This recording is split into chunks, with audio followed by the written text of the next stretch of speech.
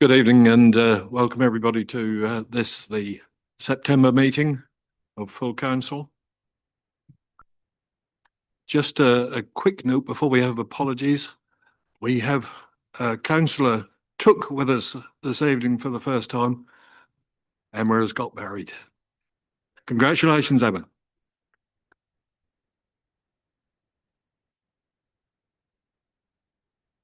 She says she was not mistook and she's not been taken, so all is good. Apologies for absence, please. Thank you, Chair. I've received apologies from Councillor Bayes, Fitzpatrick, Leith and Patterson. Yes, Councillor. There are apologies from Councillor Don Birch as well. Yes. And also Councillor Vickers. Thank you very much. Minutes of the last meeting. I don't intend to go right way through them unless somebody has a great wish for me to do so. There are two lots of minutes. Could we have a propose a second show of hands, please? Oh, well, we do. I knew there would be.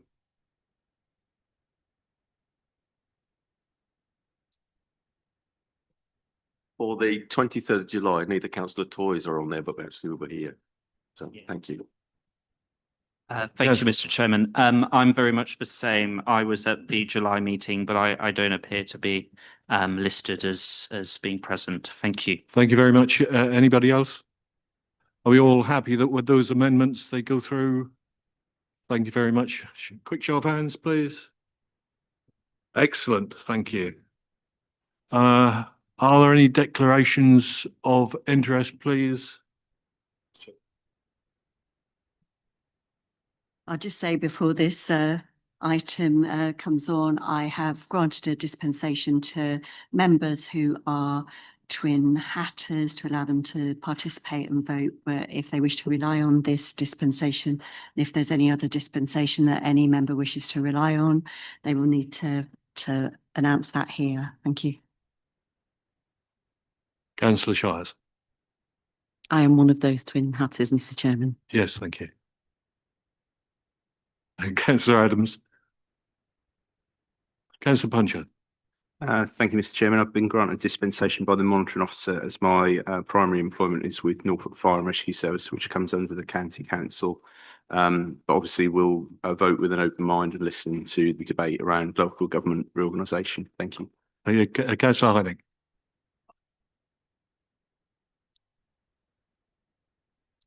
Thank you. Oh, and Councillor Penfold. Thank you, Mr. Chair. Just to, yes, I'm a twin hatter as well, but we'll vote with an open mind this evening. Thank you. Do you have anybody else? My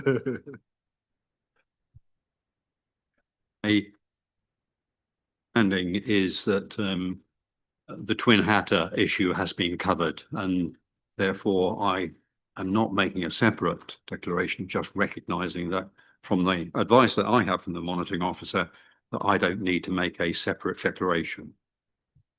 Thank you, everybody. We go on to item 4, items for urgent business. No, none received. So, Chairman's communications.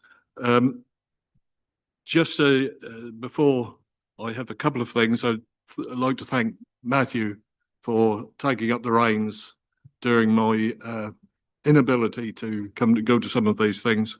And the majority of these communications will be from him. Although I did attend the Blakeney and District VJ Day, which was a church service followed by a roast lunch in the harbour rooms, which was very, very pleasant.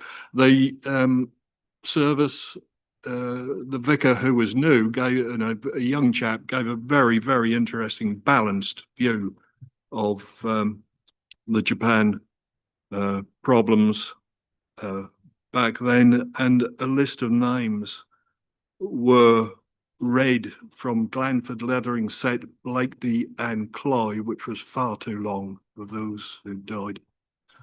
Over to you, Matthew. Well, thank you very much, Mr. Chairman.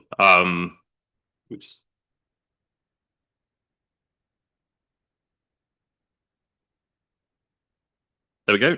Thank you very much, Mr. Chairman. I will try and get through these as quickly as I can. I know we have got lots on the agenda tonight. This was the first one that myself and Zilla went and covered for Peter. Up in South Holland, they let me out of Norfolk. The the two people in the photo next to us is actually Zilla's grandpa and her nana. Now, her grandpa has been a South Holland district councillor for 49 years. Yeah, long old time. And I expect if I'm still knocking about here in 45 years, I'll have far less hair than he does. But but there you go. So that was a lovely event. Really poignant. Bagpipe parade all up in Spalding. Really nice event. So next one, this was Eastern College Norfolk Scout Council. I said to the chaps on the night and chapesses on the night that I know very little about the scouting movement since I was a Cub Scout, and that was many moons ago now. But really interesting to see what the organisation are doing for our young people right across Norfolk, teach them new skills, get them out there, get them socialising, building their confidence. Heard a lot about their Norfest, Norjam event, which is their big jamboree they held in the summer. Sounded amazing and very sad that I missed it. But yeah, really lovely event and great to hear about what they're doing all across our county. There we are with our very own Councillor Tom Fitzpatrick at the Battle of Britain Parade and commemoration at County Hall. Again, a really wonderful evening. The cadets in particular were really impressive.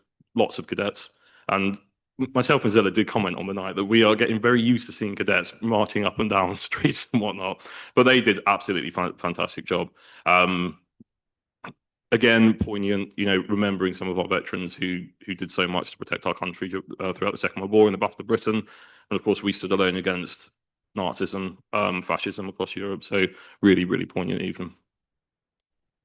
And then the last one, this is the Mayor of Dereham Civic Reception. Again, lovely church service. Again, poignant service, talking all about what's going on in the world at the moment and actually how difficult it is for so many people, how we build communities, how the jobs that we do as councillors are very important in that community building aspect. Really good to catch up afterwards with the mayor and some of the councillors there.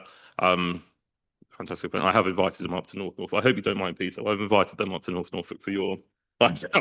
Sorry about that. But no, really nice fun.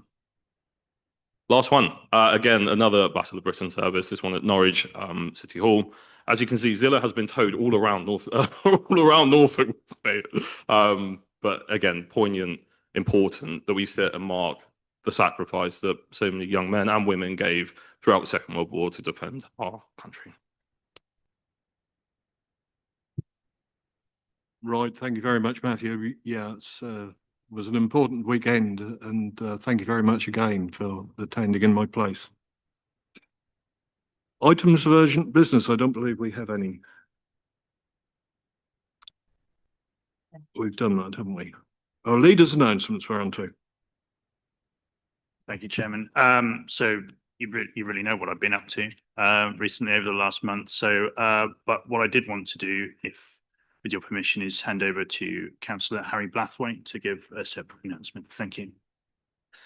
Just to inform the council that the Cromer and Munsley scheme have been awarded the Institute of Civil Engineers Award, and for anybody who wishes to inspect it or don't take it home, but the certificate is also on the front, in front of the chair. I'd just like to add my congratulations to the officers who collected this and the whole team. A swell team for swell times, because swell is the one thing we didn't want and swell is the one thing we did get. So they have been incredibly diligent and hardworking and really deserved this award, and it will go on show in the award cabinet. Thank you. Thank you very much, Councillor. Anything further, Councillor? Right, we shall go on to public questions and statements. I believe we have none. And then back to you, Councillor Adams, appointments to committees, subcommittees, working parties and outside bodies. There are none from me. Thank you. Councillor Cushion? No. Councillor Punjab? No. Oh, right. Thank you very much. Right. The substantive part of this meeting, the final proposal for local government reorganisation in Norfolk, future Norfolk people, places progress, the power of three. Councillor Adams. Thank you. The publication and submission of the business plan is the culmination of months of work, and we are grateful to councillors, parish councils, statutory organisations, and nearly 5,500 residents who helped steer the development of our proposals, and that was the most responses either consultation carried out. And I will reiterate thanks to parish councils of North Norfolk and the input at the briefing events, which led to, I think, a significant galvanisation of the approach on boundaries for our proposal. The proposal that you see before you now may look distinct if it wasn't for those latter events, for which we are very grateful. But a significant commitment here from our officers, many of whom have been chipping in where they haven't been almost fully committed. But you've all helped steer our thinking, in some cases, perhaps whether you wanted to or not. So thank you all. Residents will be consulted on what they feel is the most appropriate model of local government for Norfolk, most likely over the winter, but this is subject to announcement by national government. It will be up to them which, if any, of the proposals are consulted upon, presuming this progresses. Our proposals for 3 unitary councils have been backed and sponsored by the most councillors and MPs with support from across the political spectrum. Conservative, Liberal, Labour, Independent Coalition councils, most of our MPs, but at subsequent council votes, it's gained the support of nearly every Green and, as I understand, every elected Reform councillor who had a vote has supported it as well. This is the only proposal that's achieved that level of support, which I feel I can now describe as a near consensus by far and away the majority. And that's arisen as a result of elected representatives putting aside any parochialism or partnership, putting aside the future of their own positions and starting from a working point of agreement and moving forwards from that. So it's been a genuine collaboration between us that's reached this point in time. And I think ironically, we're sort of now in a position to say that few other proposals across any subject have brought so much of the elected political landscape in Norfolk together in recent years, which isn't where I thought we would be several months ago. So now my concerns about local government reorganisation clearly remain. I don't think it solves the fundamental issues with local government as it stands, and I think it might detract from existing work and services, time and resources, which should be invested in many tasks at hand. And it is significant resources that will be expended here. And I worry about fallow years that could follow an impact on our economy, the perception of local government and council taxes. We should be clear that we haven't asked to carry out this work towards reorganisation proposals. We have been working according to national government policy. We've been asked to submit proposals, not opinions, on the concept of reorganisation itself. And whilst many across our council do have concerns about reorganisation, I feel this proposal represents the best opportunity to keep local government in Norfolk local. This is certainly the most detailed proposal of the 3 that are likely to be submitted, and I think that's clear to anyone who has read all 3 in supporting documents. We've gone as far to share a vision on transformation and development of services, outlined options around council tax and proposals across everything from social care through to coast, and I feel it's an innovative vision. What we are, of course, proposing is 3 unitary councils for Norfolk that are visible, accountable, and respects the geographic distinctiveness of our large county across urban, rural, and coastal areas, and places the needs of our businesses and residents at the heart of the proposal. The proposal achieves the strongest possible identity and representation across the city, rural, and coastal areas of Norfolk, with appropriate numbers of councillors representing appropriate numbers of people. It achieves the originally stated government mission of city unitary councils and deals with the underbounded knowledge, and unlike the other proposals, removes the inbuilt tension that could arise over funding and attention distribution across Norfolk, something the other 2 proposals simply don't achieve. Crucially, it meets the government tests over size and scale. The proposal includes an 8-year financial business case to ensure the three councils are financially viable from day one, with a plan to deal with the county council's debts and focus on early intervention and prevention across services to reduce acute and avoidable service demands. Crucially, the proposal will ensure local decisions are being made by local representatives on councils that are big enough to deliver, but small enough to be close to residents and business and to be agile and dynamic for the decisions that need to be made.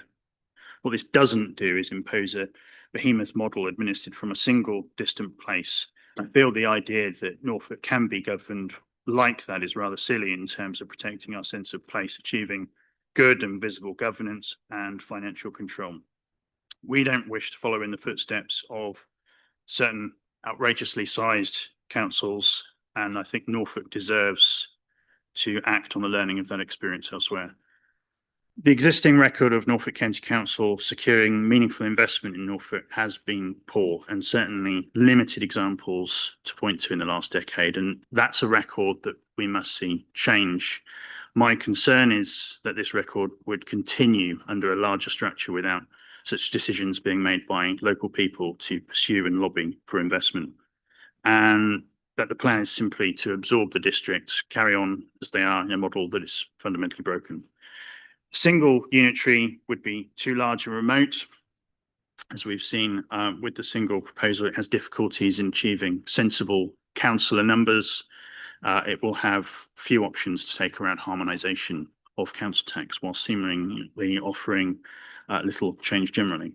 A proposal for two would be poorly linked with the functional economic geography of the county, and like the single unitary proposal, would have inbuilt tension from the beginning between city and versus rural coastal focus, and few options around council tax harmonisation. And as we've seen now, South Norfolk are proposing immediate cost savings in the first year in, as they have put it, demand management, which is clearly cuts to services rather than intervention, prevention and improvement to efficiency. Their proposal relies on significant service cuts in year one. The three can deliver the smoothest aggregation of services and harmonisation of council tax arrangements whilst working towards the big strategic goals and development and reform of services. Our proposal has been carefully considered and not rushed. And East Norfolk certainly has a valid mission ahead of it, achieving and realising the possibilities of the energy coast, protecting and growing our economy, including the visitor economy and market towns, and securing more interventions around services such as public transport, where much of the existing development is arguably around Norwich. We will need to address the skills profile for the East and issues around equalities that exist, continuing to address coastal erosion and issues around deprivation, social and children's care and housing. And that means joining up teams, making sure service users, people only have to tell their story once, and using technology to predict and prevent avoidable demand. This model will align with other core statutory services, including with the 3 acute hospitals and operational areas, and the police with their minimum 3 command areas being required. The alignment towards the government's NHS neighbourhood strategy is important, it being likely there will be 6 of these areas across the East, which will be a manageable number, and therefore offer the ability to develop bespoke approaches accordingly. And that support to residents in future needs to recognise the full picture of person across housing, across social care needs, health, financial inclusion, to enable preventative service and before a crisis. This does give us that opportunity to redesign service, develop data-driven decision-making, early intervention and prevention within a geography that is achievable. As you'll have seen, we're also projecting financial surplus if the authority existed today, moving towards 220 million savings achieved by year 8. So I thank you all for your continued patience as these matters continue to move. And who knows which direction from here, frankly, given that the changes that have occurred in government recently, of course, and the passage of time which will occur until the government makes its decision. And finally, I will propose the motion. Thank you. Thank you, councillor Adams. Do I have a seconder, or do they wish, you wish to second now, or? I'll reserve my right to speak until the end. Thank you, Chair. Thank you, councillor Fredericks. Right, we'll open this to debate. I would prefer if you only have one go at this. We will debate it until the end, or as near as we can, unless we're getting into silly time, because this is very important. So who wishes to go first? Councillor Cuddick. Thank you, Mr. Chairman. It's my lot in these proceedings to issue Cassandra-like warnings, so I'm afraid I'm not going to disappoint you this evening either. Thank you, Councillor, for your speech. I have to say, I start by saying I'm generally appalled by the whole local government reform process. I honestly believe it aptly demonstrates this government's incompetence and disregard for Norfolk. The fact that they did not commission an up-to-date analysis of the costs of the impact of introducing local government reform is appalling. And using 5-year-old data, which indicated there may be some financial benefit, the latest review indicates actually is going to cost us a lot of money instead. So I believe the result of when LGR goes through will be higher council tax bills, potentially financially unsustainable local authorities, poorer services, and a complete lack of adequate democratic representation. Now, my view is if you're going to have to do this, a better process would have been that it was instigated and conducted by an independent body who had no particular bias towards any option, and the outcome would have been 2 or 3 options before us this evening. Instead, the government's thrown responsibility at local authorities, and a consequence of that is we've had the county council pitched against district councils, which I don't believe helps anyone. And if you look at the cost of that, that's cost local taxpayers about £2 million to do all of this work. Consequently, we only have one proposal in front of us this evening. Now, as Councillor Adams has eloquently said, there are just a multitude of issues and factors to be considered, but I do think there are 2 fundamental points which really worry me. One is, will the new unitary authority be financially sustainable, and how will it work in terms of democratic representation? That's where I believe the 3 unitary option is fundamentally flawed.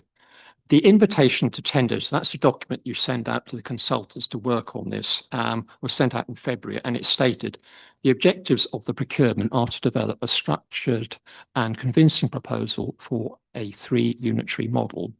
So therefore, the answer is 3. Now go away and explain why.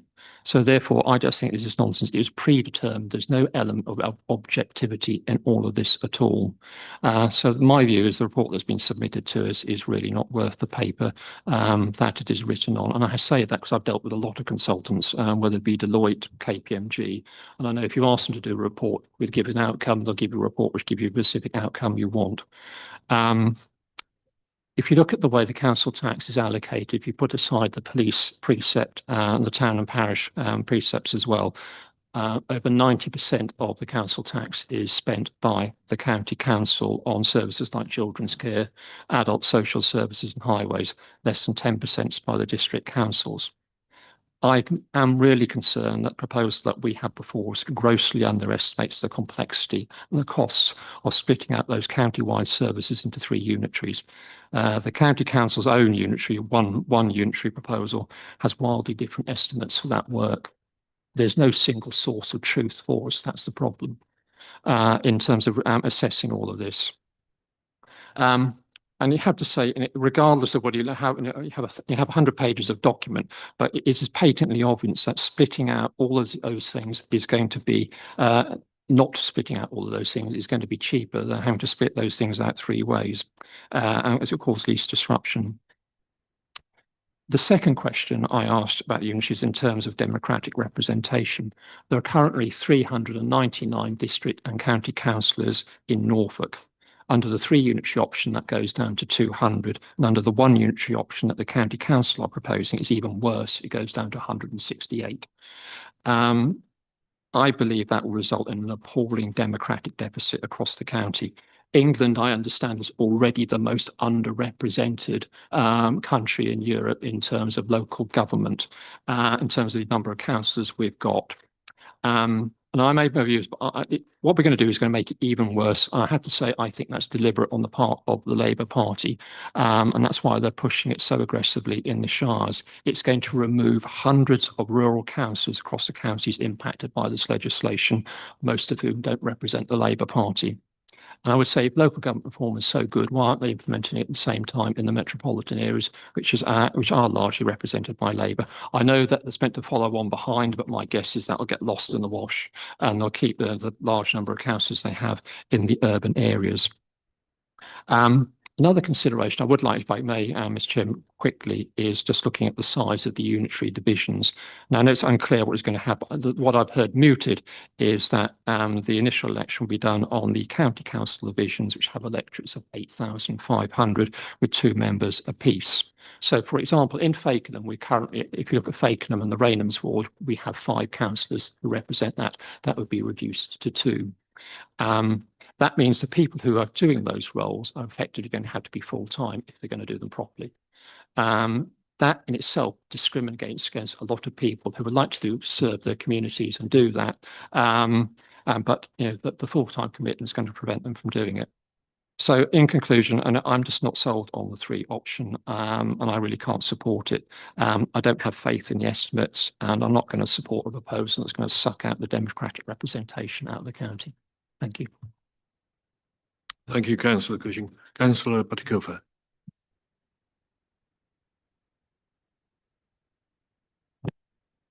Thank you, Mr. Chairman. I don't think it comes as any surprise to anyone in here that I didn't support and don't support the changes to local government. However, we are where we are. And I think the first thing we should all do in this chamber is thank those who have been involved in putting this together, because this has been a very long and arduous piece of work they have done on top of their day jobs. So thank you to councillors and officers involved. I hope the numbers we have done and used are much more reliable than those used by central government when putting their proposals forward in the first place. I feel and believe they are strongly better than those put forward by central government. Some members in this room will know that this council sent this GRAC council, audit council audit committee of this council sent a letter to the Auditor General asking him to look into the basis of the figures government have used for asking us to do this. But we had to do it, and we had to work hard at finding a way. I think what stands out for me is the partnership working across the districts and the coming together to find a way to deliver the best we can for our communities. Is it perfect? Probably not. But I don't think any of the solutions are better than this one. I believe this is the right way to go. I believe that we need to do things more at source, and that comes through in the report, that we will look to deliver for people at an earlier stage in their problems and the trials and tribulations they face in their life. Would I have liked to have seen more councillors? Yes, I worry about the number of councillors representing this area. But I also have heard all weekend at conference about the number of councillors representing people in unitary districts and how they have been cut. So I think we have to be realistic. I believe the very best has been done to deliver the best that can be from what we had to do. And so I will be supporting this tonight. Thank you. Thank you, Councillor. Councillor Rose. I just want to say that I think all the everyone sort of who's worked on this has done a really fantastic job. We have a good vision, albeit it's not really a position we wanted to be in, but it's a position that we have, you know, been forced into essentially. But I think this plan is a good plan. I think it's the only plan that sort of treats Norwich as its own sort of economic hub, which is what we really need for the county as well. So yeah, I'm going to support this plan, and I think everyone has done a really good job on this. Thank you, Councillor Ringer. Thank you very much. I was starting to agree with some of what Councillor Cushing was saying at the start of his speech. And I too have some concerns about the democratic deficit, and I am very sceptical about the necessity for this process at all. But where I differ is that I will support this. The two options in front of us are whether we agree to 3 unitary councils or we don't submit a proposal to government at all. Now, Norfolk County Council, who would just absorb us if they got their one council dream, have had the longest audition for this, haven't they? And let's just say they haven't shone themselves in glory. And a 2 council option would literally just rip us in half. And I, in my ward and Holt, would be run by separate councils, which is just absurd. And why I'm so surprised about Councillor Cushing's position is because by voting against this and not submitting anything to government, he would be getting the Labour vision of unitarisation that he so claims to oppose. And what we need to make sure that we do is to get the least worst option, and I think this is by far the least worst option, with the best option being that we don't do this at all, of course, but we aren't in that position. And so I really do call on members of all sides to support this. It really is the best option that we have in front of us in terms of delivering for our residents, which is primarily the reason we are here. Thank you. Thank you, Councillor Shires. Thank you, Mr. Chair. I just wanted to touch on something Councillor Cushing had mentioned about financial stability going forward, and apologies to colleagues who've heard me over the past couple of years talk about financial stability of this council.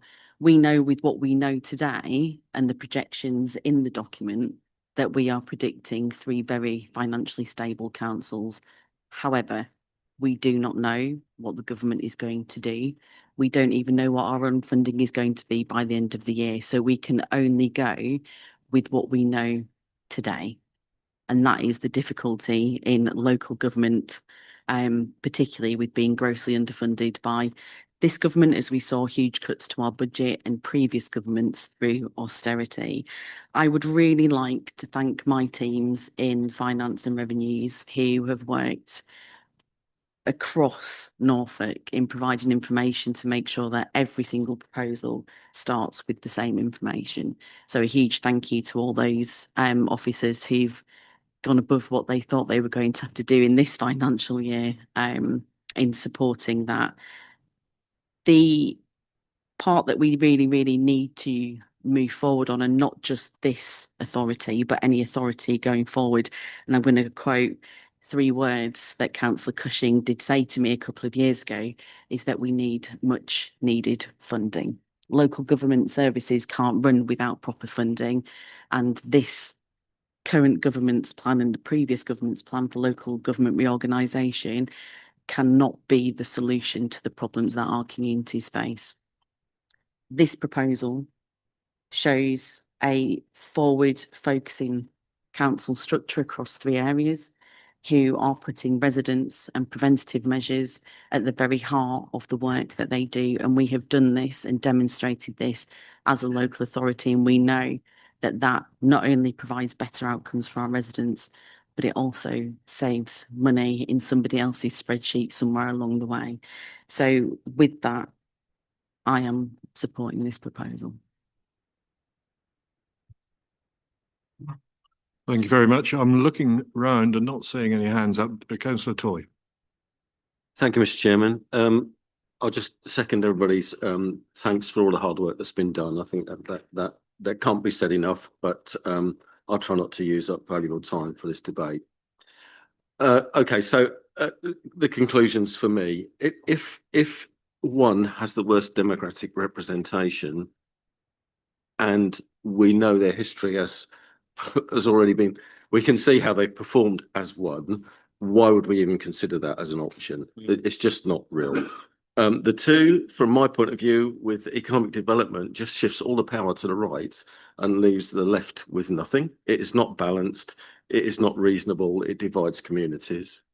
And this, by much of the work that I do, and unfortunately, from my point of view, because our leader's been involved with this, I've been standing in for him on much of the external stuff that goes on. It's all delivered by collaboration. And this is not this council that's come up with this. This is many councils, many officers, many members who are twin hatters, who work in all sorts of places, have worked collaboratively to come up with this as the best option out of what we've been forced to do, because we all agree that it's not something that we would welcome. But actually, the options to have gone for the three was already decided earlier. We voted on that. We had stuff brought to us, and that was considered by us. So that's why, to take this forward and look for three is the right way to do it. And collaboration works. We don't achieve anything. We've seen how, unless parties get together, whether that's conflict, wherever you are in this world, whatever you do, it's done by collaboration. And this is a great collaborative piece of work that officers and members have done. And I think we should support it. And I certainly will be voting for it. Thank you. Thank you, Councillor. Councillor Punchard, and then Councillor Holliday, and then Councillor Living. Thank you, Mr. Chairman. I hear everything what everyone's saying, and we are being done unto, and it is the best of a bad deal, and totally appreciate that. However, it would be remiss of me in this sort of historic moment not to represent the people I was elected to represent and share views and feelings around how the area that I represent, whilst I understand we have to retain the boundaries as part of the deal, does not sit within the east. It sits more to the west, and those people won't be represented. They will just get lost in the mire.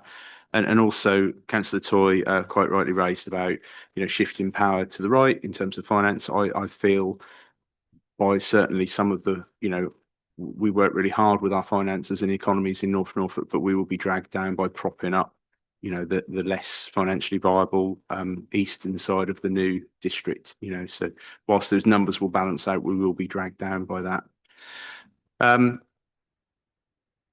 Councillor Cushion's quite rightly said about local representation, and that can't be made enough. That will just get lost. People feel already that they don't get enough representation with the people we have got. So as Councillor Cushion said, they will become full-time posts, which won't be attracted to the variety of people of ages and jobs and spheres that we've currently got. But yeah, that's all I have to say. Thank you.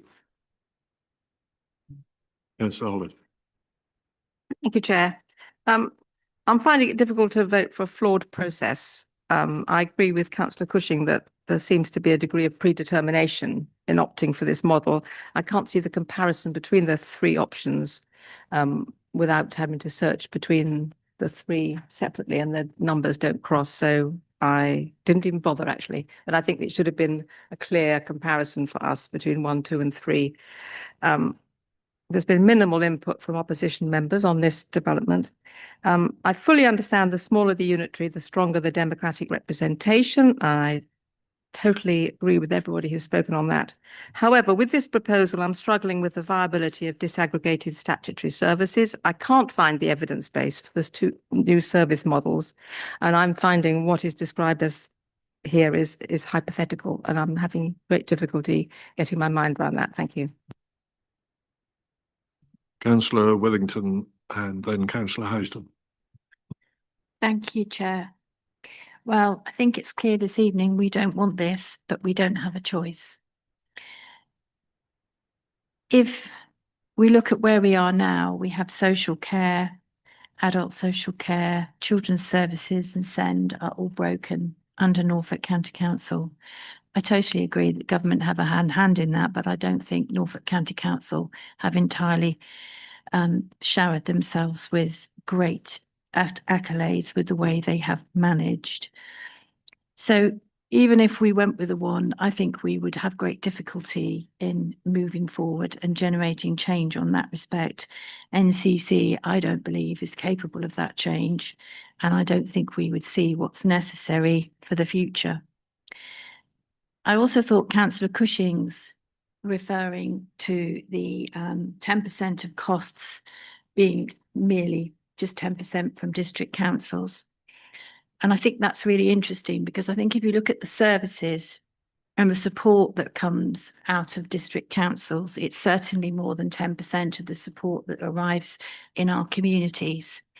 So district councils are obviously incredibly efficient in providing such extensive services for such a reduced cost.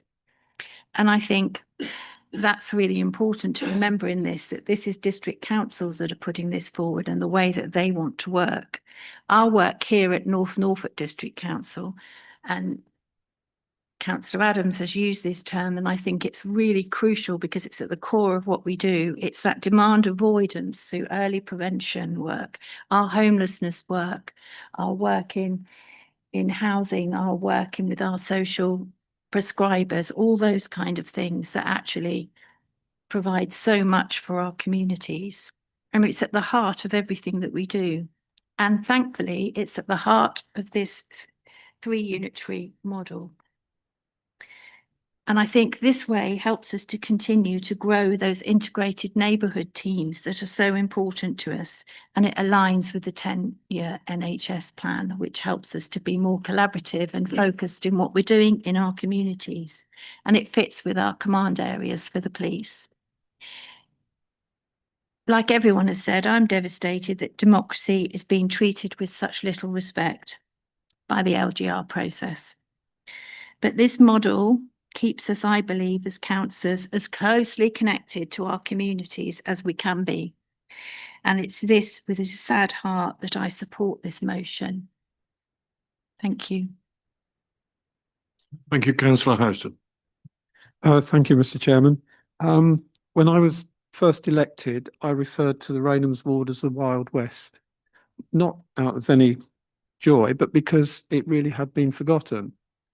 And in the years that I've been a councillor, I do think things have changed and are changing. Thing is that it is right out on the west, and like Councillor Cushing and my colleague Councillor Punchard, the representation is going to get less, and I really think that the west side is going to be forgotten. It's going to be forgotten because all of the resources and the key elements will be pulled to the east. And I don't like the process, and I feel quite strongly that unless we fight for the last 2 years of this council, the West and Rainhams particularly, and I think Fakenham as well, is going to get left behind and will be dragged backwards instead of forwards. Thank you, Councillor.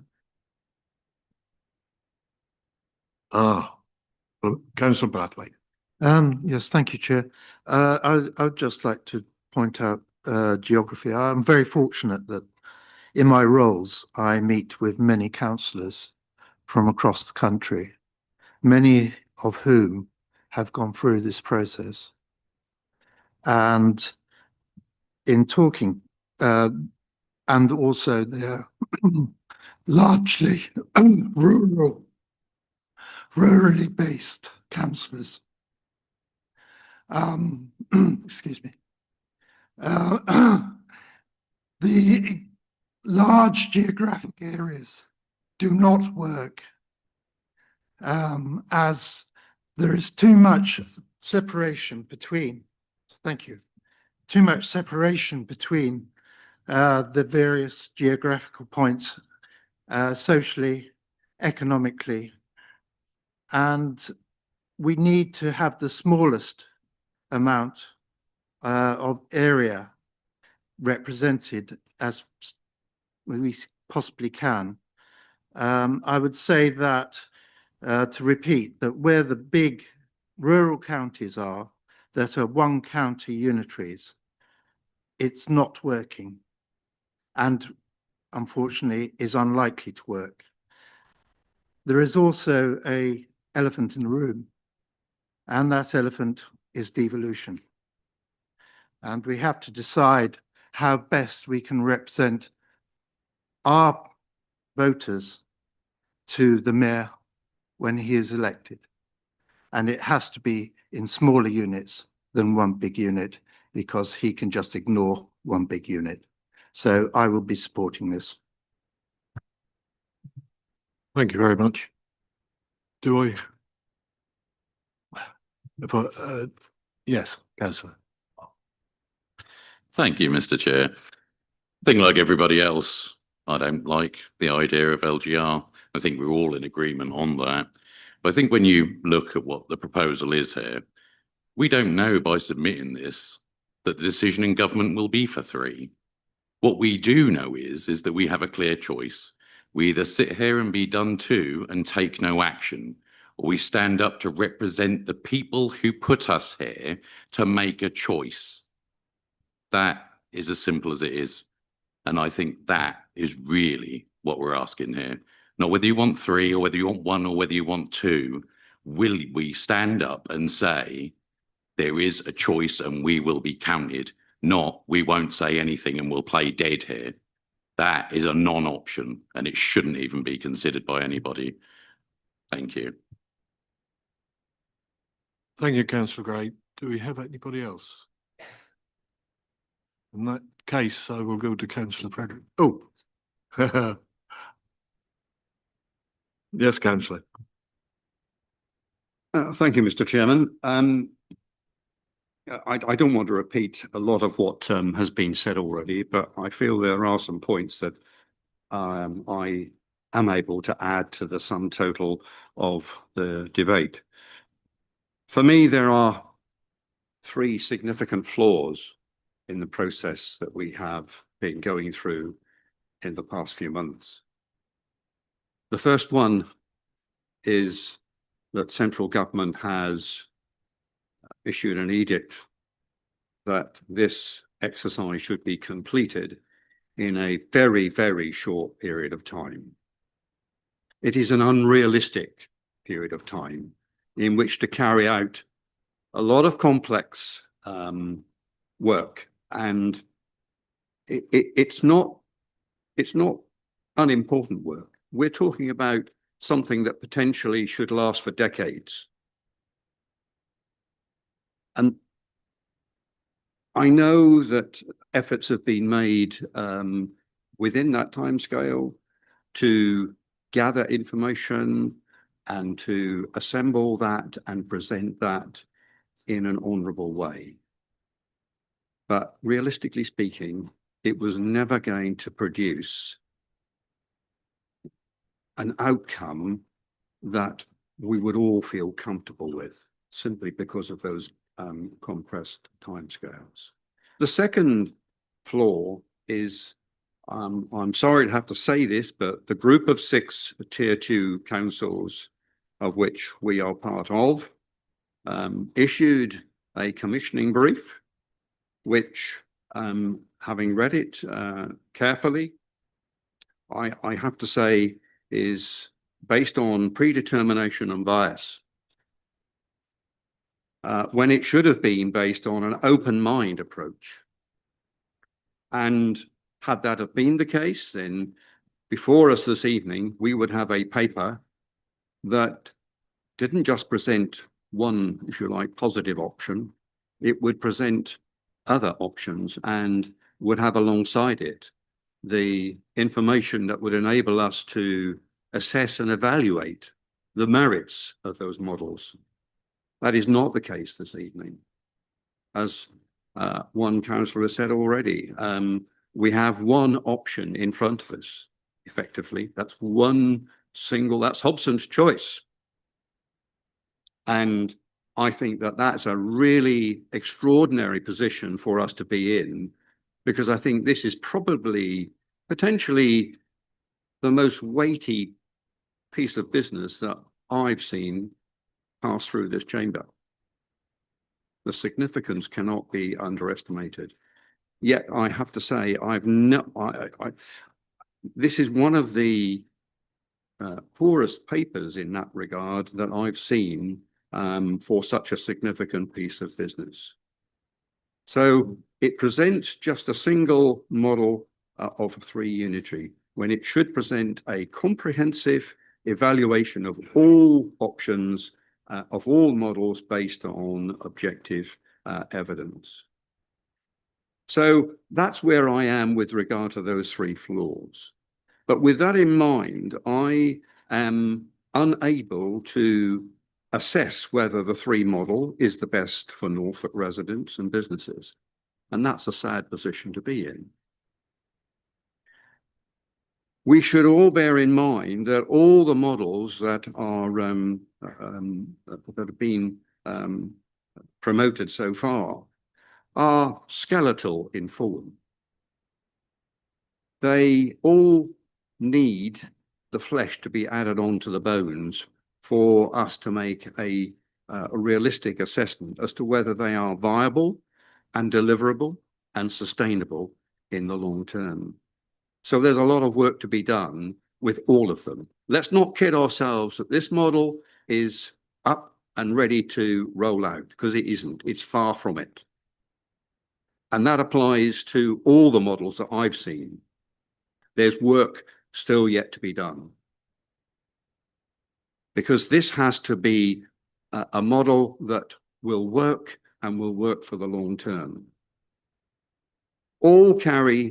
All the models carry considerable risk around the evidence, the credibility of the evidence, the accuracy of the evidence, and whether in fact the evaluation process has been carried out without optimism bias. And of course, they all have to be deliverable, and in that deliverability, there is a huge risk. And that's not just down to councillors, that's down to officers. So the task must not be underestimated.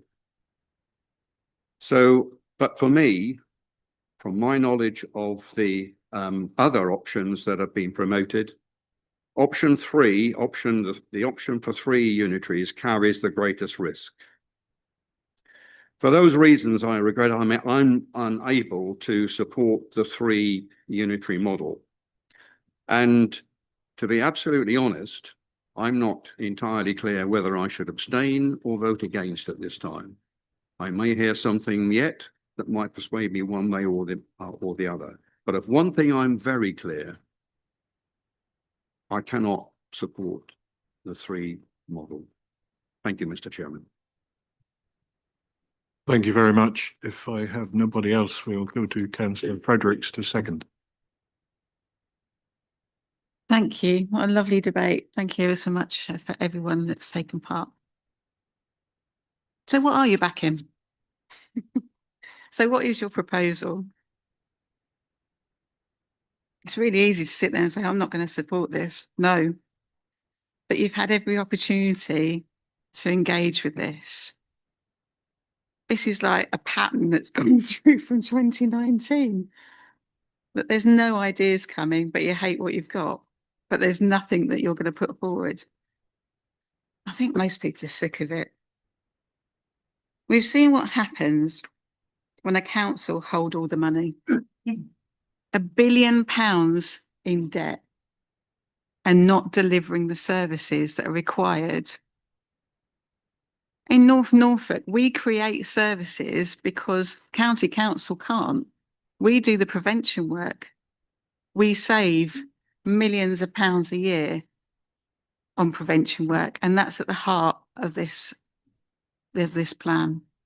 And no, we didn't want it, but we had to do something about it, or they're going to do it to us. We had to get our heads together, or they would bang them together. And I'm incredibly proud of all of the work that's gone on. I'm so proud of this man here. He has worked tirelessly, and Mr. Blatch and other officers, to bring this forward. This is the only proposal that makes any sense. If you vote against it, great. Aren't you big?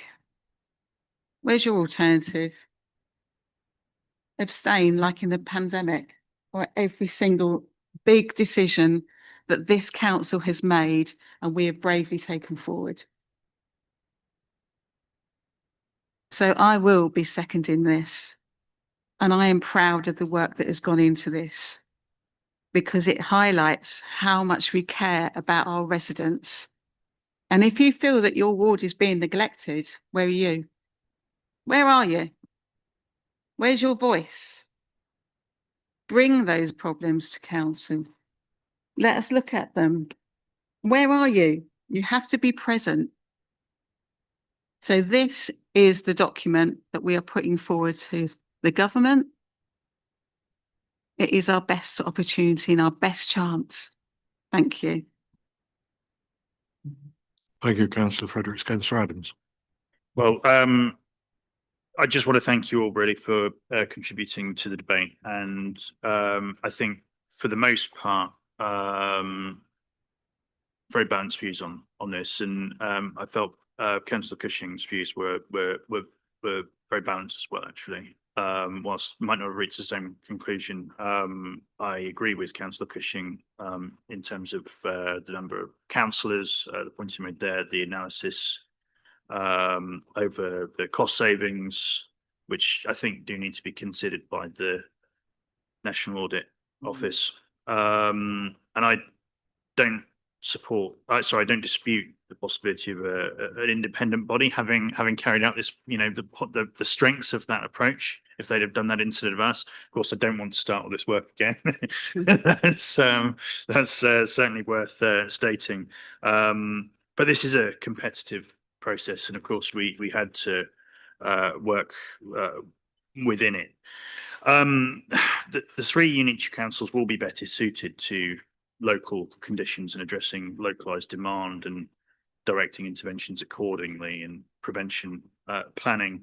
The county council are essentially bankrupt, and district councils, it's district councils that have led on placemaking and strategic planning, securing and improving the Norfolk economy. And I don't see the one proposal achieving the financial sustainability with its plans. It's not innovative. It looks like grab, lift and shift with no plans really to transform services. So it's more the same but bigger. It's their promise, and neither the one or two have addressed the impacts of aggregation. Everyone's been talking about disaggregation. You've heard that term quite a lot during this, but obviously bringing together services as well, these systems has a significant cost. And I think, as Callum said, all the two's really done is draw lines across the map. Nothing exciting about the proposal really whatsoever. 85% of the council tax roughly is the county council, but that's not 85% of the services. And this proposal, this is all of the documents here. It is more detailed on social care than its rivals.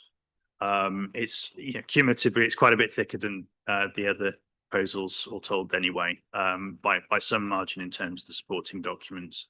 A lot of consideration has been made in respect of those services, and in fact, it's the only one that seems to be promising any change in terms of how we approach them. Of course, there are political decisions there. That's part of the vision. The two proposed cuts straight away. So I think that's worth thinking about. We've got to have a plan to deal with county council debts.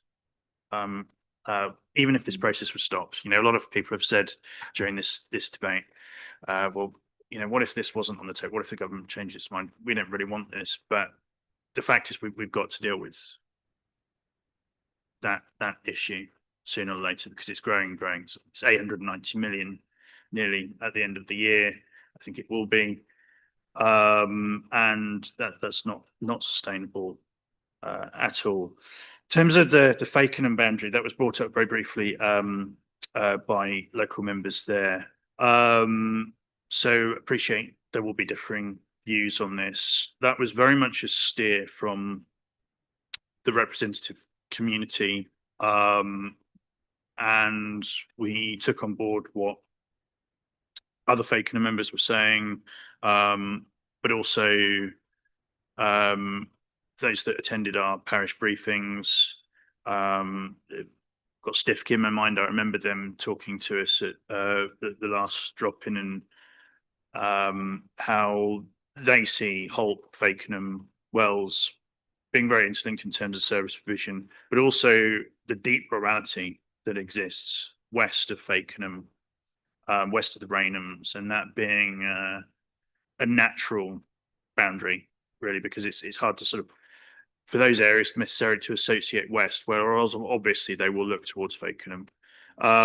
So this is very much an example where those of you in the room, but those parish councils have steered towards this outcome. I appreciate for Councillor Punchard, not his outcome, as it were, but it was certainly taken into account and considered a great deal before this document was written. And I will certainly work with Councillor Housden to ensure the Rainhams are on the map as we progress or reach the conclusions. You know, I've been in touch with Councillor Housden this week actually about something that I consider important in his ward, and we'll continue to work together to ensure that after this change, the important economic factors of communities like Councillor Housden's and representation that they need is on the radars of the new authority. It's important we do that. It's important we do that with all of our market towns and villages, of course. But I think he raised a good point there. And I look forward to hearing Councillor Dixon say some of what he said during today's or this evening's debate tomorrow. I wonder whether that will be the case. Good. I do therefore feel it has been, you know, a balanced discussion this evening. What I would say in closing, this is the only proposal that has been genuinely cross-party, and seeing how councillors at Kings Lynn and Breckland, most recently Norwich, tomorrow Great Yarmouth, and the other proposals will follow. We're seeing, I think, a near consensus around this being the best opportunity to secure a visible and accountable local government over this geography. So we've done a lot of work on the financial figures, and I appreciate, you know, we're all very concerned about the financial aspects of local government, and rightly so. And I can't necessarily prove everything here and now, and you're right, of course, every proposal, whichever one goes forward, or you know, perhaps something else. This is the idea. This is, you know, the skeleton of a plan. It will take a long while to implement it, and I do worry about that potential of a fallow period as that starts. But I think this is a very comprehensive plan. Of course, you know, it needs further development, and following the government consultation, it will be important that the existing councils in the east, ourselves, Yarmouth, Broadland, South Norfolk, start to work together and think about how we can set the framework. And we've looked at a blueprint within this document. It starts to think about, it doesn't provide all of the answers by any means, but it starts to set out how this would be approached and eventually constructed. So I thank you all for your contributions, and looking forward to perhaps a little break from this after this submission. But of course, we do await the announcement when the public consultation will be. And you've all seen it. Residents are concerned about, well, where is my involvement been in this process? They're worried about the future of services. They're worried about the visibility of and accountability and accessibility of their councillors. I still feel that if it was demanded, if people wanted a public vote on this in terms of a referendum or a poll, I still feel that that's would be a valid request, as I stated several months previously. I'm sensitive to the fact that that's what being said. I don't want people to have concerns that their voice is being taken away at all, but they should know that their views have influenced our thinking, and I hope it will influence the government's as well. I'll leave it there. Thank you. Thank you very much. Then before we go to the vote, I'd just like to reiterate the thanks to everyone who's taken part in putting this huge piece of work together, members and officers, and the opinions of people. And also like to thank you for the debate tonight. I think it was a full and frank debate, and so we can now go to the vote. Can I ask for a recorded vote, please? You may. So I'm sure we're all sure of what we're voting for.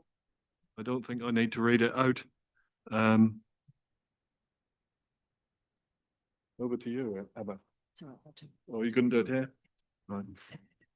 Thank you. So on the recommendations in the report, I'll ask you if you vote for, against or abstain. Councillor Adams. For. Councillor Bailey. For. Councillor Beattie. For. Councillor Blathwaite. For. Councillor Boyle. For. Councillor Brown. For. Councillor Butikofa. For. Councillor Cushing. Against. Councillor Dixon. Councillor Fisher. For. Councillor Fitch-Tillett. Councillor Fletcher. Councillor Fredericks. Councillor Gray. Councillor Hankins. For. Councillor Heinink. For. Councillor Heinrich. For. Councillor Holiday. Abstain. Councillor Housden. Councillor MacDonald. For. Councillor Mancini Boyle. Against. Councillor Netherway. Councillor Penfold. Councillor Porter. Councillor Punchard. Abstain. Councillor Ringer. Councillor Rouse. For. Councillor Shires. 4. Councillor Taylor. For. Councillor Took. 4. Councillor Toy. J. For. Councillor Toy K. 4. Councillor Varley. Councillor Withington. 4. Is there anyone I've missed out?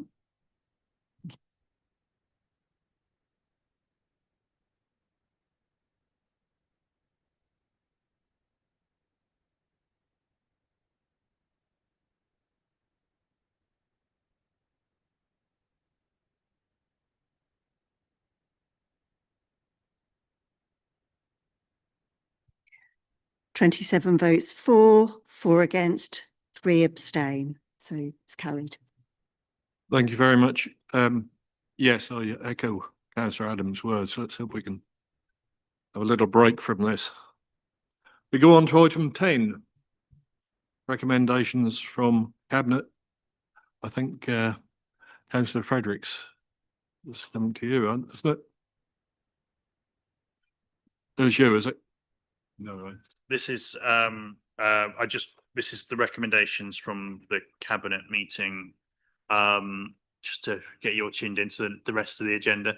And I recognise everything as being accurate in terms of the outcomes of the meeting. So I'm happy to propose we move forward, subject of course to any questions, or if any cabinet member does want to highlight anything, then feel free. Thank you. So are we all happy that we can take these 4 recommendations from Cabinet en bloc? In that case, those in favour?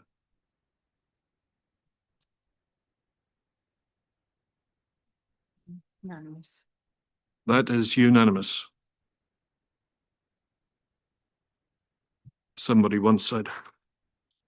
Right, we're on to recommendations from overview and scrutiny. Councillor Holliday.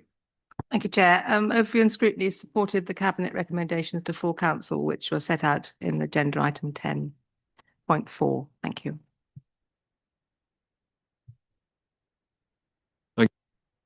And the recommendations from the Constitution Working Party. Thank you, Mr. Chairman. I will try and be brief on this point. This constitution review has been a fairly long time in the making, loose words there. But I would firstly like to give my thanks to all members who have been involved in the discussion process. And of course, our fantastic officers who have made these changes, notably the monitoring officer and democratic service manager. They've done an awfully a lot of work here. They've been fantastic during this process. Our constitution has not had a review for over a decade, and this review had been planned to be a complete overhaul of our document. But of course, this has had to be tempered due to local government reorganisation. Therefore, with the exception of the planning chapter, all the chapters remain in the same order as previously and generally contain the content in there previously, but with some important changes and updates. Notably, the Development Committee now has its own chapter, and the content and changes have been inputted from the Planning Assistant Director. The above summary there on the screen will give you the notable changes. Just taking you through some of them, we have made this document gender neutral. That provides access to all and would therefore require no changes if a key person at the council changes in the future. The most important and relevant change is the key decision amount. That's been increased from £100,000 to £250,000. In bringing this higher amount, the Working Party has considered inflation costs and also the key decision amounts of other councils, especially those of a similar size to ourselves. Various other financial amounts have been changed to reflect this higher amount. We have also increased the amount of words in the submission of a motion and opposition business. With regards to the opposition business, we have added in the purpose, the custom and practice that such motions are generally to stand unamended as they are thought to be a type of protected motion. Mr. Chairman, I'm more than happy and I'm very proud to propose the recommendations. Thank you. Thank you, Councillor Varley. Do I have a seconder, please? Thank you very much, Councillor Shires. And then we will go to the vote. Those 4.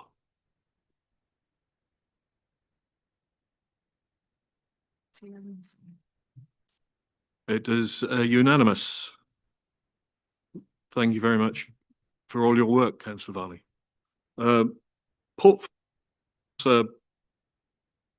Do any of the portfolio holders have anything to add to their reports? Councillor Ringer.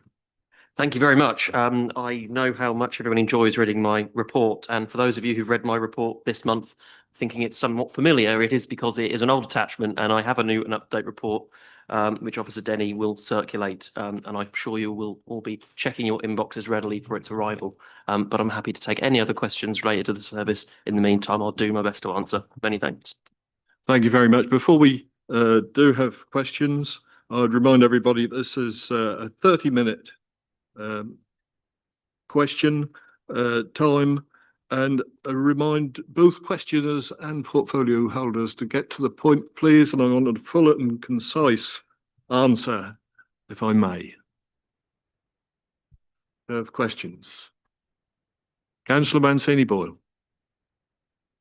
Thank you, Mr. Chairman. My question is to the Cabinet Member for Climate Change and Net Zero.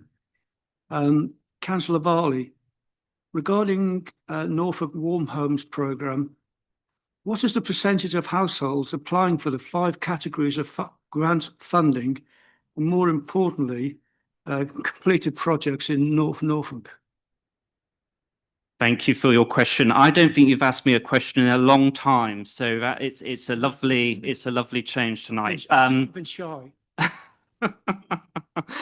I thank you very much for your question, though, Councillor Mancini Boyle. As you can imagine, I don't walk around with that high quality information in my pockets, unfortunately. So I will endeavour to give you a written response very quickly. Thank you. Are you happy with that, Councillor? Yes, because I'll probably, if it's okay, I'll probably raise that in our next full council meeting. Thank you. Thank you very much. Councillor Penfold. Thank you, Mr. Chair.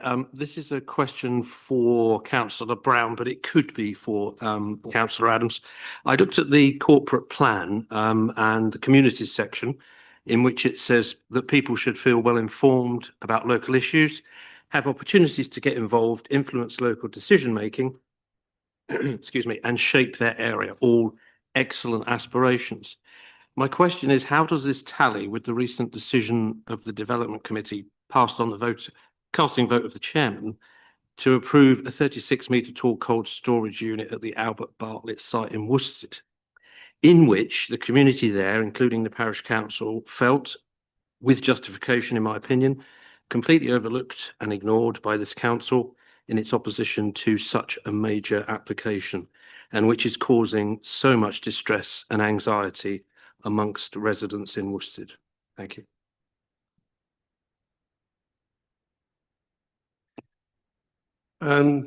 I'll stop reflecting on the success of the main item tonight to construct a response to you. Thank you for your question, Councillor Penfold.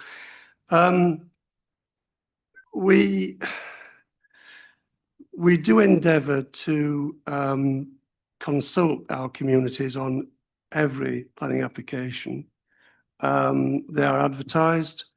Parish council clerks are informed, and we do try to engage with the public to let them know how things are progressing.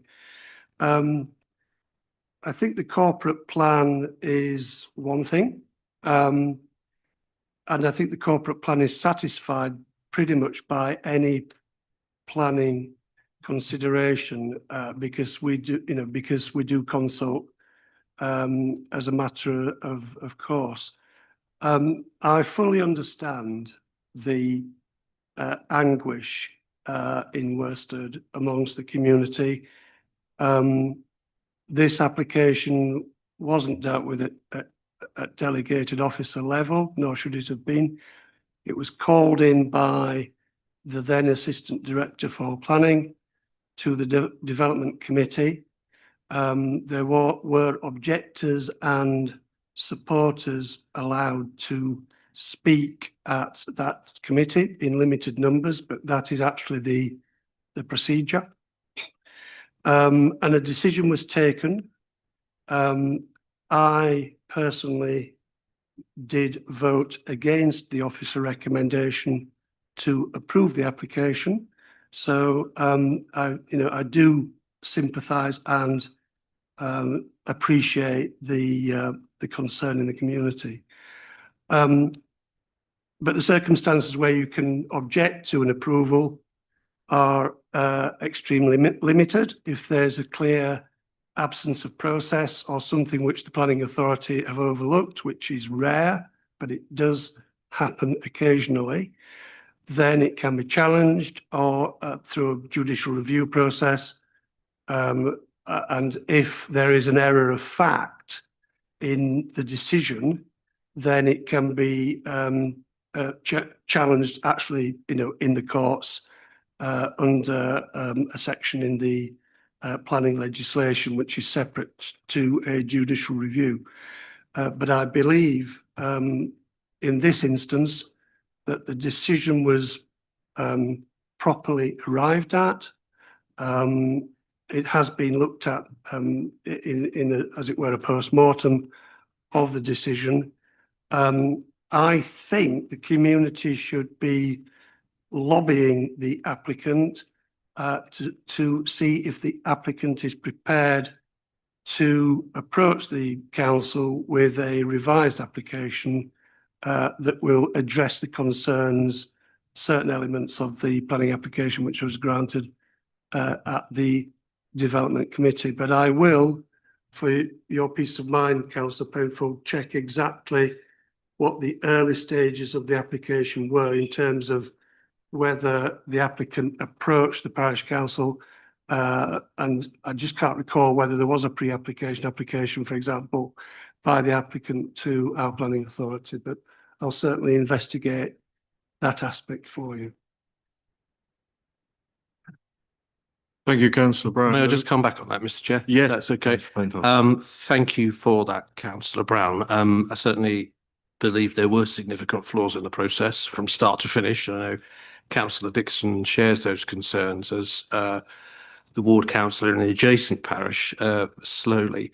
So certainly representations are being made to the company by myself, Councillor Dixon, and the MP. But I would, I think, take you up on that offer, if that is for, as I understand it, to work with me, to work with Councillor Dixon, to review that whole process from start to finish. Because as I say, there were significant flaws in it, and we have deep concerns about how the decision was arrived at. Thank you.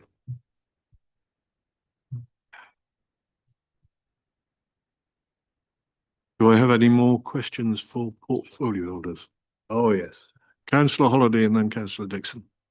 Thank you, Chair. This question is for Councillor Withington about the reef. It's a hugely successful facility, but I've heard concerns that some aspects could possibly be improved, probably because of its popularity.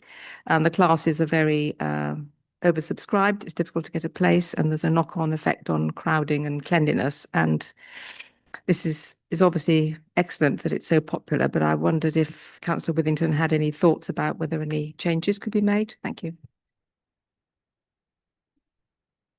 Thank you, Councillor Holliday, for your question. Indeed, I think it does reflect the success of that facility. And in fact, I think it's fair to say that we have more than exceeded what we expected in terms of membership and usage of that facility. However, this has been raised previously, and some matters have been addressed in terms of cleanliness already. So I'm hoping that people will see the impact of that. In terms of oversubscription of classes, that's a very difficult thing to deal with, in that there are only so many hours in the day and there are only so many spaces in the building. So if we are popular and we are oversubscribed, then I think that is a good place to be. I'm not sure if we can't create additional space. But we are aware of the problem, and we are doing everything we can, or everyone active are doing everything they can, because it's in their interest to get as many people through the building as possible as well. But it is on our agenda and we are aware of it. So thank you for raising that. Councillor Holliday, are you happy with that answer? Well, so you say you're raising it with presumably everyone active. So are there plans to, I mean, I know you say the space issues and presumably personnel issues. Is it possible to get any more classes in? I think they always are looking for new classes, but it's how much in terms of time that we can actually get more classes in. But, we are aware of it. Everyone active are aware of it, and they certainly want to get as many people through the door as they want to. Councillor Dixon. Thank you, Mr. Chairman. My question is to Councillor Varley. A flagship corporate objective of the past two administrations is to create a strong response to the challenge of climate change, of the climate change emergency and the net zero agenda. And for this council to become an exemplar, especially for the big carbon footprint businesses in the district to follow and collectively make a large scale impact on the net zero target. Can the net zero cabinet member give us a range of examples across the business sectors where this council has inspired large scale carbon footprint reductions, where possible, quoting the metrics of the scale, please? Thank you. Thank you for your question, Councillor.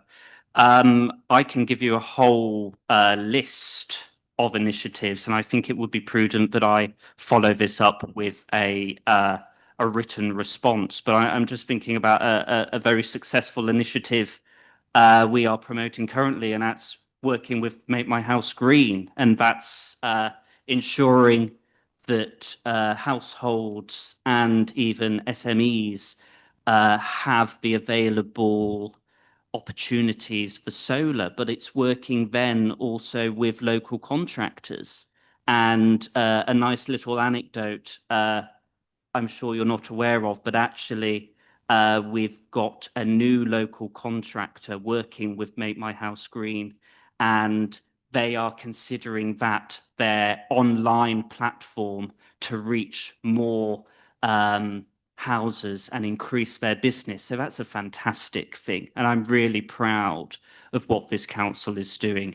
Another initiative would be Groundworks East, a fantastic charity which provided our SMEs across the district with tailored decarbonisation plans, so they could look into you know, the input and the carbonisation, and then come up with a really good tailored plan, and then subsequently look into funding opportunities as well. So it was a really good independent tailored process for them. That's just two fantastic initiatives, Councillor. I think I better give you, though, a list via a written response, and I'm more than happy to do that. But I hope that does just give you, you know, a little snippet of all the fantastic works we are doing. Thank you. Mr. Chairman, if I might just come back, thank you for that.